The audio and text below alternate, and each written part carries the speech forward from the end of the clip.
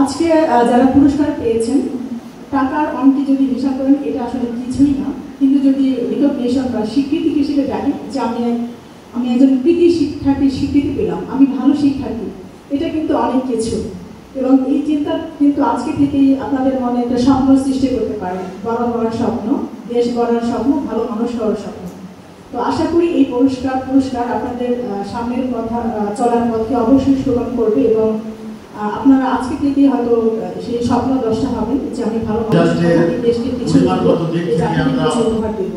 আপনাদের সকলের জীবনের সর্বাঙ্গীন সফলতা কামনা করি এবং আমি আশা করি আপনারা বড় হয়ে শুধু দিনাজপুর না, বাংলাদেশকে বিশ্বের মধ্যে আপনারা নাম করছেন।